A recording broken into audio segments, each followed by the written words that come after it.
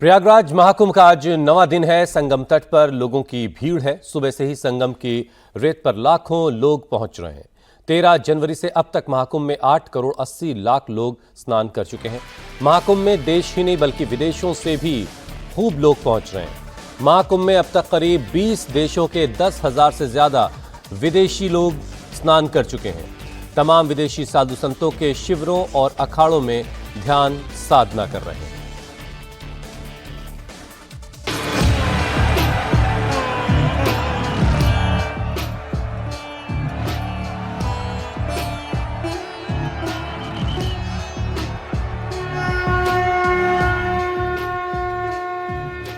महाकुंभ का आज 9वां दिन है। सुबह से ही लाखों श्रद्धालु त्रिवेणी में डुबकी लगा रहे हैं।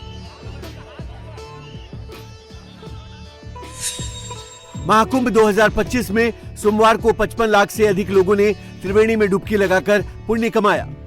इन 55 लाख लोगों में से 10 लाख से अधिक कल्पवासी शामिल हैं, जबकि 45 लाख तीर्थयात्रियों ने स्नान किया।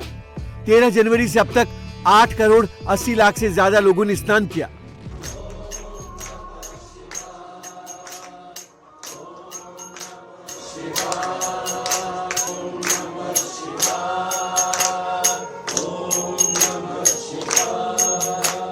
महाकुंभ में देशी ही नहीं विदेशी भी सनातन के रंग में रंगे नजर आ रहे हैं।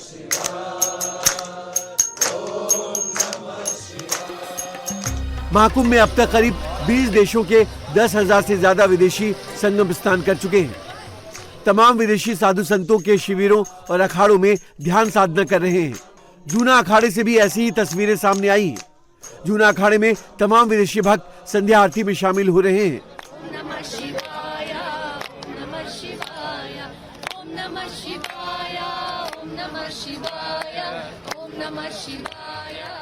महाकुंभ में डुबकी लगाने के लिए आम लोगों के साथ साथ वीवीआईपी भी पहुंच रहे हैं। इन्फोसिस फाउंडर नारायण मूर्ति की पत्नी और सांसद सुधा मूर्ति भी प्रयागराज पहुंची।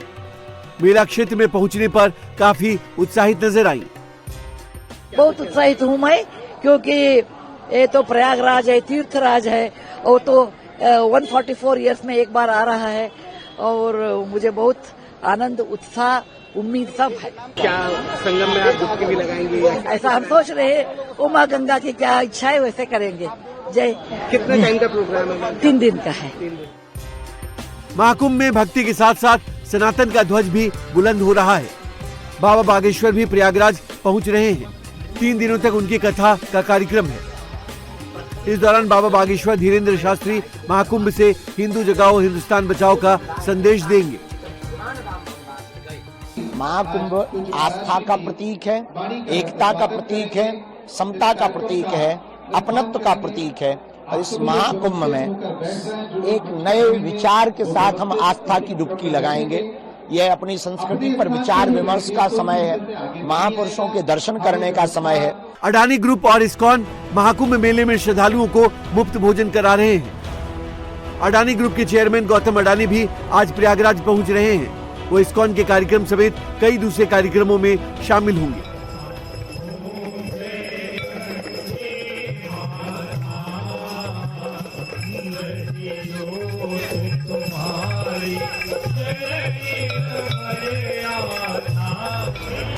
मौनी अमावस्या को 10 करोड़ लोगों के आने का अनुमान लगाया जा रहा है।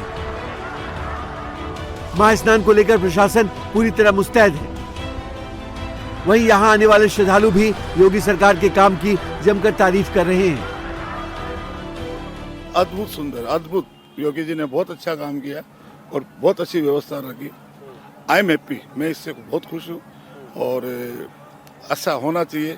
और बहुत ही आनंद आया, स्नान करने में भी आनंद आया और व्यवस्था बहुत अच्छी है, किसी को तकलीफ नहीं होगी इधर आने से। अरे बहुत अच्छी लगी, और जगह जगह सफाई है, और चेंज करने के लिए रूम बहुत अच्छे हैं, साफ सुथरे हैं, और लोग बाग लगे हुए सफाई में भी, तो अच्छा लगा। सफाई लेके बहुत अच्छा है।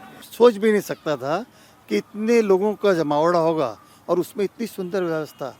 मैं सिर्फ प्रशासन के लोगों को, योगी जी, मोदी जी को सिर्फ धन्यवाद दे करके कुछ ऐसे वो कहना नहीं चाहता हूँ, राजनीतिक मुद्दा नहीं बनाना चाहता। मैं अपने मन की भावना बता रहा हूँ कि उन्होंने जो किया है, ऐसा लगता है जैसे घर का कोई आयोजन हुआ है, परिवार का आयोजन हुआ है। और हकीकत में वास्तव में ये ऐसा हुआ है कि पुलिस की व्यवस्था, ट्रैफिक में व्यवस्था, हर जगह पर समुचित हर जो उचित व्यवस्था होनी चाहिए की। आप सभी को इंतजार है 29 जनवरी और 3 फरवरी को होने वाले अमृत स्नान का, जिसको लेकर प्रशासन सुरक्षा व्यवस्था को मुस्तैद करने में जुटा है। लाखों श्रद्धालु फ्लाइट लेकर प्रयागराज पहुंच रहे हैं। प्रयागराज एयरपोर्ट इस वक्त देश के हेवी ट्रैफिक एयरपोर्ट में शामिल है। हर दिन हजारों लोग प्रयागराज एयरपोर्ट पहुंच रहे हैं। ऐसे में एयरपोर्ट पर सुरक्षा के पुख्ता इंतजाम किए गए हैं। पुलिस और स्पेशल फोर्स के जवान लगातार गश्त कर रहे हैं। जैसा आपको पता है कि महाकुंभ प्रारंभ हो चुका है और यात्रियों की सुरक्षा, सभी की सुरक्षा के दृष्टिगत जो है एयरपोर्ट पे भारी मात्रा में पुलिस बल तैनात किया गया है। नियतन से भी ज़्यादा नियुक्त शासन द्वारा यहाँ उपलब्ध कराया गया फोर्स है। इसी को लेकर अभी हम लोग किवाटी के साथ पैदल गश्त किए हैं कि लोगों में सुरक्षा की भावना पैदा हो और सभी प्रकार के यात्रियों का, चाहे दिन में हो चाहे रात में हो, हम लोग सुरक्षा मुहैया करा रहे हैं। वहीं सेक्टर 19 में आग लगने के बाद फायर डिपार्टमेंट और एक्टिव हो गया है। फायर सर्विस के जवान वॉच टावर से लगातार 24 घंटे निगरानी कर रहे हैं। धुआं दिखते ही फायर फाइटर्स रिस्पॉन्ड करते हैं। महाकुंभ मेला क्षेत्र में 53 फायर स्टेशन और 20 चौकियां बनी हैं।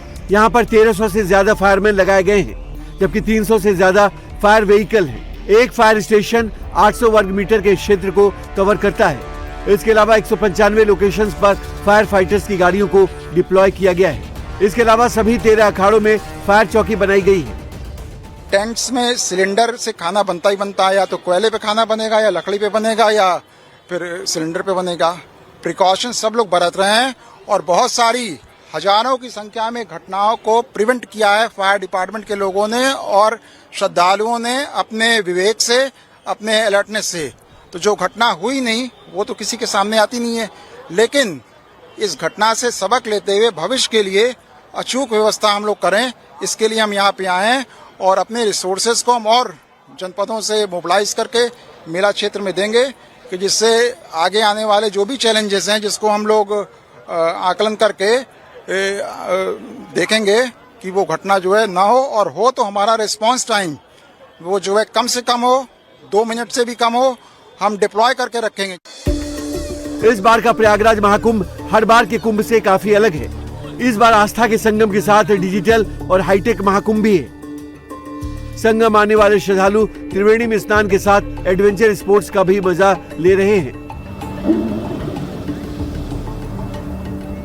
हेरिटेज वॉक, वाटर स्पोर्ट्स और हेलीकॉप्टर सवारी के साथ एक बेहतर अनुभव ले रहे हैं। यूपीएसटीडी प्रयागराज के सबसे प्रतिष्ठित ऐतिहासिक, आध्यात्मिक और सांस्कृतिक स्थलों को उजागर करने के लिए इमर्सिव हेरिटेज वॉक करा रहा है। साथ ही महाकुंभ में पैरामोटर और हाई एयर बैलून का मजा लोग ले रहे हैं।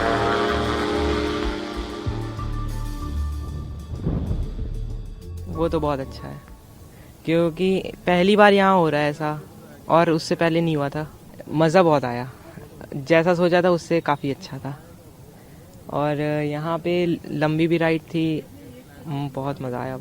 यहाँ कुंभ मेला लगा है और यहाँ पे बहुत अच्छी अच्छी चीज़ें हैं, लाइक पैराशूट और पैराग्लाइडिंग है और जेट स्की है और हेलीकॉप्टर में घूमने का भी है, और यहाँ पे बहुत अच्छा लगा घूम के। यूपी सरकार की कोशिश है कि यहाँ आने वाले लोग केवल स्नान करके ना जाएं, वो यहाँ से कुछ ऐसी यादें लेकर जाएं जो उनके जीवन में हमेशा बनी रहे।